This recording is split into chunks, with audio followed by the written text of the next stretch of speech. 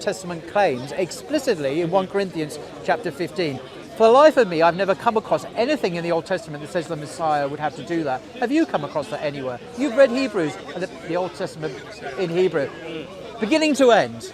Have you ever come across this teaching? You know, obviously we can't set demands on the scriptures like today, which it is not like demands that it is not inviting us to kind of set.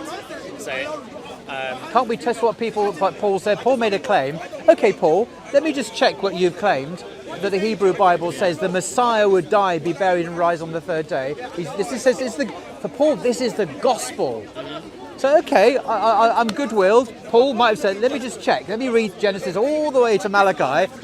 And lo, I can't find it anywhere. But I said wow. That's a standard or like an expectation that the Old Testament doesn't set of itself.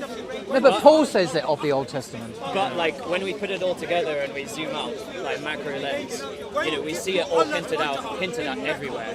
Such as, give an example. I mean, the servant songs in Isaiah, where we see this kind of coming together of the Messiah and his divinity. Where does it say the Messiah would die for sins in anywhere in Isaiah? Just give me a quote. Just give me a passage anywhere. Well, but that's not my point is that. No, but that is the point because that's what Paul is claiming. Yeah, and I'm testing Paul's The claim. lens view of the Old Testament. Macro. What does like macro lens mean? Rather than like saying this sentence says that. No. Just I want to reference anywhere where it says the Messiah will die for sins, be buried, and rise on the third day.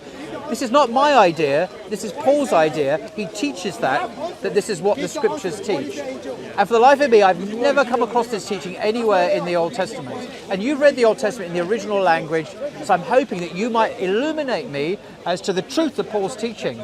And with respect, you've not done so.